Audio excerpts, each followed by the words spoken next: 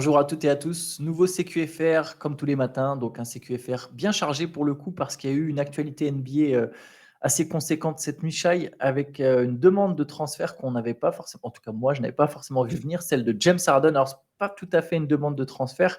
Est-ce que tu peux nous aiguiller un peu sur ce qui se passe du côté de Philadelphie avec Et James bah, Harden? du coup, James Harden a activé son option pour prolonger d'une saison. Si ça s'était arrêté là, on pouvait se dire que c'était une sorte d'accord entre les deux équipes, entre Harden et les Sixers, pour continuer un an, voir comment ça allait se passer. Sauf que dans la foulée, l'information, c'est il a prolongé pour demander son trade dans la foulée. Donc, visiblement, les Sixers ne comptent pas particulièrement sur lui. Lui aurait peut-être aimé continuer aux Sixers, mais là, il est sur le marché des trades. Il a visiblement deux destinations un peu en vue. On parle des Knicks et des Clippers. J'avoue que je suis un peu comme toi, je ne m'y attendais pas forcément parce que la free agency va débuter. Je ne m'attendais pas à ce que Harden et les Sixers décident à ce moment-là que c'était terminé. Mais dans le fond, est-ce que c'est vraiment si surprenant que ça? Parce que ça fait Ouais. quoi? Ça fait 6 mois qu'on nous dit qu'Harden a des visées, vise un retour vers Houston. On voit que Houston est visiblement pas ultra chaud pour le faire revenir. Est-ce qu'il y a beaucoup d'équipes qui sont vraiment chaudes pour faire venir James Harden, que ce soit en free agent, que ce soit via un trade? Le marché se réduit, c'est devenu un joueur très particulier, qui est encore très fort par instant. On l'a vu en playoff, mais ça reste un joueur particulier qui n'est pas simple d'avoir dans son effectif si tu es très ambitieux, ou même si tu es en reconstruction, tu sais pas s'il est sur la même timeline que toi. Voilà, donc surpris et pas surpris. Je suis quand même curieux de voir quelles équipes vont dégainer, parce que c'est un risque à prendre. Son salaire est quand même le salaire est quand même important, hein. C'est 36 millions du coup. 36 millions, voilà, donc c'est pas rien. Euh, je sais pas exactement, j'ai pas encore vraiment réfléchi à des packages que pourraient envoyer les Clippers et les Knicks, si ce sont bien les destinations qui l'intéressent le plus et que ces deux équipes-là sont intéressées. Mais ouais, assez surprenant finalement quand même. Ouais. En fait, quelque part, je me dis que ça montre que lui, en fait, il est conscient qu'il n'y a pas de marché pour lui. Irk Harden, c'est un joueur très fort, mais c'est un joueur qui veut le max ou qui veut proche du max. Mm. Et tu peux plus, parmi les superstars ou les stars, c'est pas le mec sur lequel à qui tu vas justement donner ce contrat. Là, en fait, opt-in, c'est-à-dire que même les Rockets, s'il avait été libre, parce qu'il avait cette possibilité d'être libre, on peut se dire, bah attends, pourquoi il demande un trade alors qu'en fait, il va être free agent et tu peux juste attendre une semaine et même pas, enfin pour le coup, c'est ce soir Mm. et tu signes où tu veux, mais sauf qu'en fait, personne va lui donner l'argent qu'il réclame, en tout cas pas les, et visiblement même pas Houston. Donc là, il est sûr de prendre 36 millions.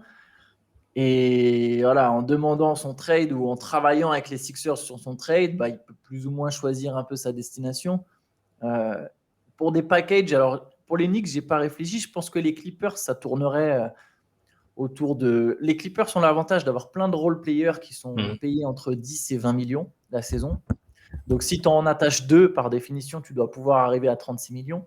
Les Euh, Norman Powell et les Nor- compagnie. Exactement. Norman Powell, Marcus Morris, par exemple, et tu rajoutes peut-être un jeune. Parmi les jeunes, c'est soit Bones Island, soit Terrence Mann. Tu mets un des deux, qui sont en plus aussi des bons joueurs. Tu mets un des Mm. deux comme espèce de, voilà, de carotte que tu tends aux Sixers, histoire de leur dire, regardez, on vous envoie pas juste Marcus Morris. Et... Après, Norman Powell, c'est un bon joueur, hein. Ça Mm. ferait... Les Sixers auraient une star de moins et auraient intérêt à miser vachement sur l'éclosion de Tyrese Maxey, mais récupéreraient pour le coup de la profondeur qu'ils n'avaient pas. Et pour les Clippers, je sais pas, ça serait un espèce de... Tu te dis, tu as Westbrook, Harden, Kawhi Leonard et Paul George, il y en a peut-être deux qui seront pas blessés au moment Ouais, des playoffs. c'est ça. Mais C'est un peu. Mon réflexe a ça été de me m'emballe dire, pas pour les Clippers. mon réflexe a été de me dire qu'est-ce qu'il en pense, Joel Embiid, de tout ça, parce que est-ce que s'il est satisfait parce qu'il avait compris que ça marchait pas particulièrement bien avec Harden? Parce qu'il y a quand même eu des rumeurs sur Embiid aussi. On sait que les Knicks, par exemple, attendent les premiers signes de mécontentement, une éventuelle demande de trade à un moment. Alors pas tout de suite, on sait que c'était pas immédiat, hein. Mais je me demande comment ils vont. Donc si Harden s'en va bien, je me demande comment ils vont reconstruire. Est-ce que c'est suffisant de reconstruire, de rebondir après ça avec les joueurs dont tu as parlé, avec un peu de jeunes? Est-ce qu'il y a une autre star sur le marché qui peut venir? Je sais pas trop en fait. Mais ouais. C'est-à-dire que sans Harden, est-ce qu'ils auraient la place? Pas forcément, du coup, parce que ce serait via un trade, donc effectivement, ils ne pourraient même pas vraiment signer une star sur le marché. Mm. Ouais, je pense que le trade d'Embiid, la demande de trade d'Embiid, elle est plus si loin, je pense. C'est à un moment, faut. J'encourage pas, je dis pas ça, je suis pas particulièrement fan quand les superstars demandent leur trade, mais Mm. en tout cas, lui, il faut qu'il se pose des questions aussi, je pense. Ah Même bah, c'est si sûr. c'est, enfin bref, C'est là, on les en a équipes déjà, fonctionnent on a pas. déjà dit, on a déjà dit que c'était le dénominateur commun, tout ça, mais on sait qu'il n'est pas ultra satisfait de la situation. On sait surtout qu'il y a des équipes qui sont là et qui attendent la première star mécontente. Je te dis, moi, je vois bien les Knicks attendre surtout les relations qu'il y a entre Leon Rose, Joel Embiid et tout. Enfin, bon, là, on spécule et on n'est pas encore là, mais tu sais, parfois, on voit les prémices de choses qui vont se passer, et là, le fait qu'il y a encore une star qui parte de Philadelphie et que ça n'ait pas fonctionné. Voilà, il y a un nouveau coach aussi. Peut-être que dans tous les cas, Embiid va attendre, il va voir comment ça se passe avec Nurse. Oui. Bon, on n'est pas encore Tout de suite. au stade critique, mais la carrière de James Harden, elle est quand même space. Hein. Mais sur ces dernières années, en gros, il reste jamais plus d'1 an et demi quelque part, quoi. Enfin, Houston, il a demandé son trade. Un an et demi après, il part de Brooklyn. 1 an et demi après, il part de Philly. C'est très spécial. Et pareil, James Harden, lui aussi, peut se poser des questions parce que. Enfin, pour revenir aux Knicks, je pense que ça serait une mauvaise idée de prendre Harden. Même tenter le coup comme ça, même si c'est juste qu'1 an, ça me ferait peur en fait. Parce que tu vas forcément, comme les Knicks sont pas comparés aux Clippers, tu vois, les Clippers ne sont pas forcément d'atouts qui impactent leur futur, quoi. Bon, à part s'ils mettent Terrence Mann dans le deal, et je pense que ce serait une mauvaise idée. Mais perdre Bones Island, tu vois, à la limite, ça peut se faire. C'est pas un joueur qui a un énorme potentiel, c'est quand même un joueur un peu spécial et tout.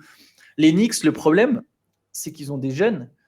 Et la tentation, on connaît Daryl Morey, on ne le connaît pas personnellement, mais on connaît sa manière de négocier.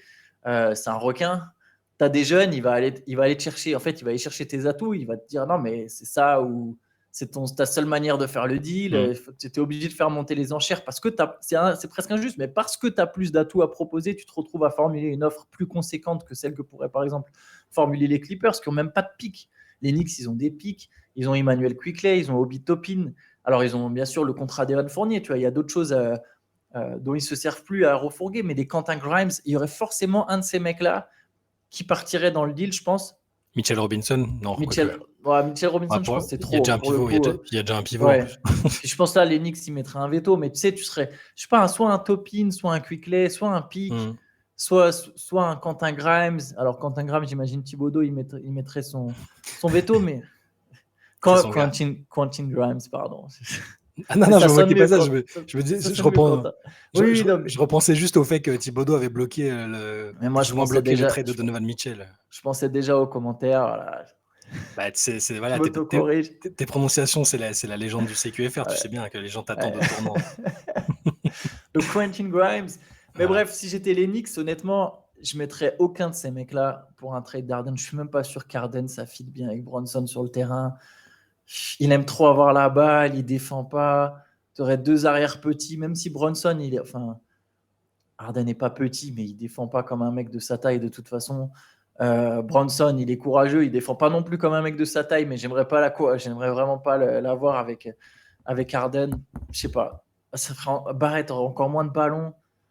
Julius Randle, James Harden dans la même équipe. Non, c'est trop. Pour les Knicks, vraiment, quitte à lâcher mes assets, comme tu as dit, j'attends qu'il y ait une meilleure superstar disponible sur le marché. Je pense qu'ils sont assez patients, à mon avis. Là, ils ne vont pas dégainer pour rien. Enfin, ce serait dommage de s'être montré patient jusque-là, d'avoir laissé Donovan Mitchell aller ailleurs, par exemple, pour craquer sur James Harden 1 an. Quoi. Enfin, bon, de toute façon, sur 1 an, ils vont pas engager les mêmes atouts que s'ils avaient dégainé pour Mitchell, évidemment. Mais mais il y en a au moins un qui partirait, je pense. Ouais. Mais je pense que ça se fera pas avec les Knicks. Ça a une bonne tête de deal avec une équipe californienne. Alors, j'étais en train de me dire si les Clippers sont sur le coup, est-ce que vu que les Lakers et les Clippers se font des petites guéguerres, mais je sais pas ce que les Lakers pourraient envoyer pour récupérer Harden. Enfin, vu le salaire, ça me paraît quand même compliqué. J'ai du mal. Après, ça fait quelques années que je suis assez pessimiste avec Harden. J'avais même fait un petit mea culpa pendant les playoffs quand il avait fait des gros matchs parce que je m'attendais même pas à ce qu'il fasse des matchs de cette qualité-là, entre deux matchs pourris évidemment, hein, mais je m'attendais pas à... Enfin, ça fait quelques années que je le trouve vraiment sur un déclin qui justifie plus qu'il ait une telle importance dans une équipe. Je me souviens que vous avez un peu ri quand j'avais dit que pour moi, sa fin de carrière, c'était 6e homme et que ça pouvait même commencer maintenant. Franchement, ça fait peut-être injurieux. C'est un MVP, c'est un joueur qui est encore capable de choses magnifiques, mais je sais pas, tu sais, entre le comportement et l'irrégularité, la défense qui est bon, voilà, c'est compliqué. Hein. On a vu encore cette année. Mais le physique, il tient plus. Le physique, ouais, c'est plus le même genre. Donc il arrive encore à faire des trucs parfois surnaturels, à scorer fort. Quand il veut jouer le playmaker 3-4 matchs de suite, c'est super. Mais il y a toujours un moment où voilà, ça va pas. Donc Non, mais je sais pas. Non, mais t'as raison, on n'en est plus très loin, hein, James Harden remplaçant. En tout cas, lui, il va falloir qu'il commence à y songer. Peut-être pas dès la saison prochaine, parce qu'il fait quand même une saison. Ah, les gens vont nous dire il fait quand même une saison à 20 points, 10 passes. Oui, c'est vrai, ça reste Je dis un ça, mec il aurait dû. All-Star Game. Hein. Voilà, je dis ça alors qu'il aurait dû être All-Star selon moi, mais ça veut pas dire que. Mais c'est la saison régulière et après, tu vois bien en playoff, tu veux bien que physiquement, il n'y a plus le jus, il n'y a plus ce premier pas. Ces ischios, les blessures répétées aux ischios, je ne sais plus combien de fois il s'est blessé aux ischios en quelques mois, mais ça, il a vraiment perdu un step. Et je pense qu'il n'y a qu'une équipe désespérée qui doit faire ce deal, en fait. C'est pour ça que les Clippers, si les Clippers ils sont vraiment partis pour pas renoncer à Paul George et Kawhi Leonard, bah, quitte à avoir une main perdante, autant miser, bluffer à fond jusqu'au bout. Tu as 7-2, bah vas-y, joue. Enfin, encore quand tu as Kawhi et Paul George, tu n'as pas un 7 et un 2, c'est une mauvaise métaphore, mais autant tenter d'avoir le plus de stars possible et comme ça, quand tu vas te casser la gueule, tu vas bien te casser la gueule, mais au moins, je sais pas, tu vois, tu peux te dire, ouais, sur un malentendu, on sait jamais, quoi. T'as des mecs très talentueux, mais. Une je me dis, il n'y a vraiment qu'une équipe désespérée qui peut tenter un deal sur Harden, je pense que les Clippers le sont. Hein. C'est pour ça qu'on entend des rumeurs sur Paul George et tout ça. Ils songent quand même à faire un truc. Et après, ils vont peut-être pas le faire parce que Paul George a encore une grosse valeur, mais. Je suis en train de penser à une équipe avec Westbrook, Harden, Paul George, Kawhi. Ça serait très drôle. Hein. Mais le pire, tu sais, le pire, comme ils ont déjà pas mal de role-players, eux, ils peuvent se permettre d'en lâcher 2, tu vois. Ils peuvent se permettre d'en lâcher 2 ou 3. Tu vois, quand les Suns ils font un deal comme ça où ils lâchent 3 role-players, il n'y a plus rien. Il n'y a plus rien dans l'effectif. Mais les Clippers, en fait, juste à la place d'avoir une rotation à 11, ils ont une rotation à 8. Et de toute manière, une rotation à 8, c'est ce qu'il te faut en playoff. Quoi. Après, on peut se demander est-ce que Harden, Westbrook, Kawhi Leonard et Paul George, vraiment, ça joue. Enfin, tu vois, est-ce que ça joue ensemble? Westbrook a été très bon avec les Clippers, mais au final, on ne sait pas vraiment ce que ça donne avec Paul George et Kawhi Leonard. On avait quand même des interrogations, tu vois, sur le fit. Là, tu rajoutes Harden dans le lot. Et je suis d'accord avec toi, je ne sais même pas si Harden, je le mets titulaire. Ça fait 2 très bons défenseurs et 2 défenseurs handicapants. Même si Westbrook a fait des efforts l'année dernière et était intéressant dans l'énergie, mais franchement, je sais pas. Harden, c'est un mystère. Je sais pas du tout où je le vois et qui voudra de lui. Le fait que ce soit qu'un an me fait penser à un pari, tu vois, ou même une équipe qui est un peu intercalée, intermédiaire, qui a besoin de faire. Raison, ouais. Tu vois, je sais pas. Faudrait y réfléchir plus longuement, mais une équipe qui est pas très loin, Sacramento, des trucs comme ça, tu vois. Mais alors, faut voir les atouts. Je vois pas qui aujourd'hui. On est à une époque où normalement les GM font quand même moins de conneries qu'à une époque. Avant, tu savais à tous les coups qu'il y avait un GM qui allait craquer, qui était en danger pour son job et qui allait faire un trade débile de ce genre-là. Là, c'est quand même un peu plus. Il y a moins de bourdes quand même. Donc, est-ce que le Jazz tenter sa chance? Harden au Jazz, je sais pas. Ouais. C'est rude, mais ils sont pas sur cette timeline. Non, ils sont moins pressés. Je pense qu'ils sont pas pressés. Faut chercher une équipe pressée. Je pense Portland. Ouais, mais je suis rassuré que Portland soit pas du tout dans les rumeurs. Pour l'instant, ils sont pas dans les rumeurs. C'est qu'un an et c'est pas le meilleur fit avec Lillard, donc je pense que il y a déjà Anthony Simons, Scoot Anderson, Damian Lillard et tu rajoutes James Harden. Enfin, on en revient au truc où je dis qu'à chaque fois qu'il faut que la star s'il y a une star qui doit rejoindre Lillard, il faut que ce soit il faut que ce soit quelqu'un qui est fort en défense. Mais enfin bon, là, j'ai l'impression. T'as pas l'impression de, tu sais, c'est un peu un jour sans fin. Enfin, tous les ans, ça revient. Il y a une demande de trade de James Harden, une demande de trade de KD, une demande de trade de Kyrie. On va y venir justement à Kyrie. Tu me fais une super transition. Kyrie qui est aussi dans l'actualité. Mais juste là, pour les trois, là, Ouais. ils sont à 7 demandes de trade en 2 ans. Incroyable. En 3 En ans. 3 pardon, ans, ouais. ouais, en 3 ans, pardon. 7 demandes de trade en 3 ans. C'est... Ça n'a aucun sens. Enfin bon. Les Nets, c'est beau. Faudra qu'on fasse un podcast sur les Nets. Peut-être cet été où on se fera un truc sur ce. Il faut reparler de cette magnifique super team au final parce que quand tu vois ce qui se passe derrière, c'est assez fantastique. Mais bref, Kyrie justement. Donc, Kyrie, on s'est dit que c'était peut-être assuré qu'il allait rester à Dallas. Et là, on apprend. Alors, ça ne veut pas dire qu'il va partir, attention, mais on apprend quand même qu'il va rencontrer les Suns le soir de la free agency. Et je sais pas. Alors pour Kyrie, je comprends, mais pour les Suns, je suis consterné là. Je me dis mais qu'est-ce qui se passe Qu'est-ce qui se passe dans leur tête en fait? Ça veut dire que eux envisagent l'idée, la perspective de signer Kyrie Irving. Mais le nouveau proprio, il a quand même l'air d'aimer les choses clinquantes et l'idée d'avoir des stars et que les stars te font gagner. Enfin, il a l'air d'être quand même dans ce délire-là. Donc après, tu sais, je me suis demandé en voyant la news. Après, j'accorde peut-être trop d'importance à la source de la news, mais c'était encore Chris Haynes Si, c'est de important. Bleacher Report. Ok. Encore une fois, je dis, il a des infos, hein, il est très connecté à certains joueurs en particulier, mais il y a toujours ce côté porte-parole, tu vois. C'est moins de la breaking news à la Woj ou Charania. Il y a quand même souvent des messages qui sont passés par lui. J'ai l'impression que c'est comme ça qu'il a ces informations. Clairement. Et je me demande si Kyrie ne fait pas juste passer le message aux Mavs, qui ferait bien de faire une offre conséquente, parce que sinon il peut aller ailleurs. Même si peut-être que les Suns ne sont pas vraiment intéressés. Alors, j'arrive pas à me dire que KD a réussi à, entre guillemets, se débarrasser de Kyrie. Pour se remettre dans un bourbier. C'est pour se remettre dans... J'imagine qu'il a quand même son mot à dire sur ce qui se passe. Tu vois, là, il se dit qu'il a envie de faire venir son pote Mike James. Je pense qu'il a quand même validé 2-3 trucs. Qui serait une super recrue pour les Suns. Ce serait très bien. J'ai du mal à croire qu'il accepte Kyrie. Après, Kyrie est free agent. Ça voudrait dire qu'il faudrait que Kyrie fasse un sacrifice financier ou qu'il y ait un sign and trade. En fait, pour les Suns, pour moi, ça n'a vraiment aucun sens, quelle que soit la manière dont tu le signes. Mais déjà, juste, tu as tout à fait raison. C'est vrai que c'est très important de souligner de la source et ça peut clairement être un moyen de levier pour pousser les Mavs en gros, dire première minute de la free agency, je veux mon contrat max sur ma table. On laisse pas traîner le truc. Vous n'avez pas le temps de réfléchir. Est-ce que c'est une bonne idée, pas une bonne idée? Est-ce que Fred VanVleet, c'est mieux? Là, vous me signez, les gars, on verra plus tard. Tu vois. Donc, tu as raison, ça peut clairement être ça. Franchement, si je suis les Mavericks, moi, je réfléchis. Imagine, Fred VanVleet, il est chaud pour signer. T'as un mec qui a le même. Il va faire pareil au niveau du pro. Enfin, j'exagère. Dans le profil, c'est la même chose. En arrondissant les angles. Mais en fiable. Mec, tu sais qu'il va jouer, quoi. Tu sais qu'il va jouer. Tu sais qu'en bluff, il sera là.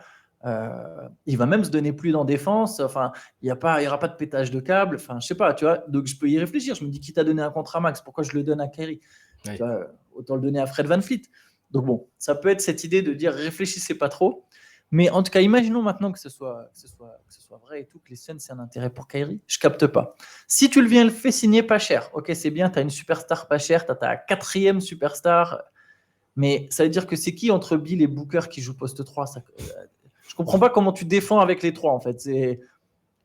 Booker, il fait des efforts, Bill, il fait des efforts, mais quand même, faut pas déconner. C'est pour ça que ça n'a aucun sens, c'est que je m'en tiens pour le moment à ma théorie de Kyrie qui fait un peu passer le mot comme ça, quoi. Il n'y a pas d'autres noms d'équipes qu'on filtrait, c'est ça qui est un peu curieux, par contre, parce qu'on aurait pu se dire, il va rencontrer un tel et un tel.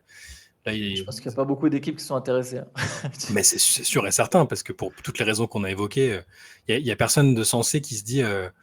parce que Kyrie veut au moins 2 ou 3 ans de contrat, je présume, avec un salaire conséquent. Donc si tu t'engages sur quelque chose, tu sais que derrière il est pas tradable. Ouais, voilà. Bon, je dis ça en étant il va signer pour 4. Il va signer pour 4 ou 5 ans. Donc mais qui de censé aujourd'hui peut dire parce que le pari Kyrie sur un an, même moi qui suis ultra négatif avec lui, je pourrais le comprendre, tu vois, selon l'équipe, pas les Suns pour le coup, mais il y a des équipes où je me dis, bon, Kyrie 1 an, pourquoi pas, qu'est-ce que t'as à perdre, c'est pas très grave.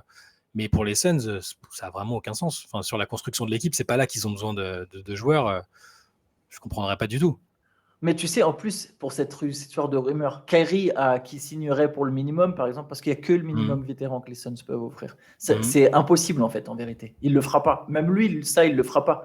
Même s'il avait. Faudrait que. C'est même plus avoir envie de jouer aux Suns pour qu'il le fasse. Lui, il fera jamais ça. Donc, en fait, l'hypothèse la plus probable, c'est un sign and trade avec un salaire autour des 30 millions. Et qui à Phoenix a un salaire autour des 30 millions? C'est DeAndre Ayton. Et honnêtement, si tu lâches DeAndre Ayton, le seul mec dans ton effectif qui peut protéger le cercle, prendre des rebonds et avoir un espèce de rôle de l'ombre tout en étant fort, c'est lui. Et tu sacrifies contre un mec qui a besoin de la balle alors que tu as déjà Devin Booker, Bradley Beal et Kevin Durant. Et ça n'a aucun sens. Non, mais c'est pour ça, je pense que ça a zéro fondement, je pense. Hein. C'est pas pour. Je vois vraiment pas l'intérêt. Après, l'expérience serait amusante. Hein. Écoute, je veux bien voir. Matisse Bia, il passe direct dans la catégorie des propriétaires les plus éclatés. Alors, mais c'est le mec qui est passé le plus vite de. Ah ouais, il est chaud, Matisse Bia. Ah non, laisse tomber en fait. Il est bizarre, Non, mais non, je pense, je suis très très surpris que ça se fasse et je pense comme tu disais, je pense que c'est un levier par rapport à Dallas pour pas. Mais s'il va pas à Dallas, si Dallas fait un move comme celui que tu as évoqué, qui moi me paraît plus intelligent, hein, on l'a déjà dit l'année dernière, en termes de fit, c'est pas fou. Je sais pas où Kyrie va aller en fait. Je sais pas ce qu'il va. S'il est free agent, je sais pas qui, à moins qu'il accepte de gagner moins d'argent, mais ça, il a quand même perdu des sponsors et des trucs comme ça dans toutes les histoires. Il a perdu de l'argent, Kyrie, tu vois. Je vois mal ne pas viser le max. C'est le seul été encore où il peut prendre un max parce qu'il est dans une nouvelle équipe, parce qu'il a fait un semblant de bon passage avec sa nouvelle équipe où il a été très bon sur le terrain, tu vois, rien à lui reprocher, etc. Même les Lakers, moment, il peut signer son max, il va aller signer son max. Même les Lakers qu'on disait un temps intéressés, même si je pense que c'est plus LeBron qui est intéressé. Mais même les Lakers, Pelinka, il a réussi à freiner des cas de fer pour pas qu'ils se mettent dessus et il n'y a plus du tout de rumeurs sur Kyrie. Toutes les dernières rumeurs, c'était les Lakers sont loin de ont chassé cette idée. Tu vois, ils ont compris quoi. Bon, en tout cas, bref, Kyrie et James Harden, c'est quand même quelque chose et je me demande si ces mecs-là se rendent compte que leur cote diminue à chaque demande de transfert, chaque comportement bizarre, etc. Enfin bref. Refermons la page Kyrie Harden. Juste petite info pour le coup, juste en rapide. Harrison Barnes a prolongé aux Kings 54 millions sur 3 ans. Ouais. C'est un bon deal, je pense, pour les Kings. Ça les écarte sans doute quelque part. J'ai pas les chiffres en tête, mais je pense que ça les écarte de Kyle Kuzma, qui lui se rapprocherait de Houston. Ouais, voilà, franchement, moi, je suis pas un très grand fan de Kyle Kuzma, donc je pense pas que ce soit une mauvaise idée. Harrison Barnes, bon voilà, on le connaît, mais il est important dans le vestiaire. C'est un mec fiable. Je sais pas, peut-être que sur le marché, en regardant, est-ce qu'ils auraient pas pu essayer de avec un trade, il y a peut-être des gens, mais justement, en fait, je trouve que ce move-là, cette prolongation, ça montre que les dirigeants de Sacramento, ils ont quand même bien évalué parce qu'il y avait l'opportunité, c'était de filer le max à Kuzma et d'être, en gros, tu as tes 3 joueurs max, mais c'est Fox, Sabonis et Kuzma. Tu as 3 joueurs max autour de 26, 28 ans qui sont dans leur prime, mais aucun des 3 est vraiment une superstar. Alors, tu as du bon joueur avec Sabonis hein, quand même et Fox. Mais est-ce que Kyle Kuzma, c'était vraiment ta 3e star et tu te retrouvais bloqué avec ça sur 5 ans? Là, je pense au moins avec Barnes, tu vois, il a un salaire plus faible, il sera moins fort que Kuzma, mais ça a une certaine continuité, puis ils peuvent toujours à un autre moment chercher autre chose, quoi. Non, je trouve que c'est bien. Et puis effectivement, prendre Kuzma, ça aurait peut-être pu freiner la progression de Keegan Murray, qui a été vraiment très bon sur sa saison rookie. Moi, je suis content pour Sacramento parce que Kuzma, c'est un peu périlleux, c'est un caractère particulier, c'est un mec qui a besoin des ballons. Il a plus le profil justement pour devenir la première option d'une équipe un peu médiocre, quoi, comme Houston. T'inquiète, les Rockets voilà. Apparemment sont partis pour lui filer le max. Ah, les Rockets, ils sont sur tout le monde. Hein. Ils ont 1 milliard, à donner. Ils cherchent un peu, ils prospectent. Je sais pas ce que ça va donner, mais ça peut être marrant. Ils vont avoir 10 scoreurs, pas de meneurs. Oui, voilà, c'est ça. Alperen Sengun, il va faire que des passes, il va plus pouvoir prendre un tir. C'est pas grave, Paul George a dit à Jalen Green que c'était lui le héros de la franchise et le franchise player et que tout allait bien se passer et qu'il n'y avait pas besoin de James Harden et d'autres joueurs à côté. Voilà. Je vois pas ce qui pourrait mal se passer, tout va bien. Bah écoute, je te propose que ce soit le mot de la fin parce que c'est magnifique. Alors du coup, la free agency pour information commence ce soir et sur Basket Session, on sera réveillé. Hein. Ça va bosser sur les news. Donc n'hésitez pas, par exemple, si vous voulez avoir, voilà, si vous n'êtes pas forcément sur Twitter, que vous voulez avoir des papiers, des news, les coulisses, des analyses, sur le site internet, honnêtement, ça sera très chargé et dès minuit en fait. Dès minuit, Ouais. le lendemain matin, pareil, le samedi. Et nous, évidemment, lundi, on se fera un CQFR qui est parti pour durer, je sais pas, 4h20. 2 heures. Ouais, 2 heures. Donc déjà que celui-là était un peu plus long que d'habitude aujourd'hui. Donc voilà, celui de lundi risque d'être chargé. Et lundi, il y aura aussi un podcast. Donc j'imagine qu'avec les deux, on arrivera quand même à traiter un peu tout ce qui s'est passé. Donc voilà, en attendant, écoutez, on vous souhaite un bon week-end et bonne journée à tous. Ciao. Ciao.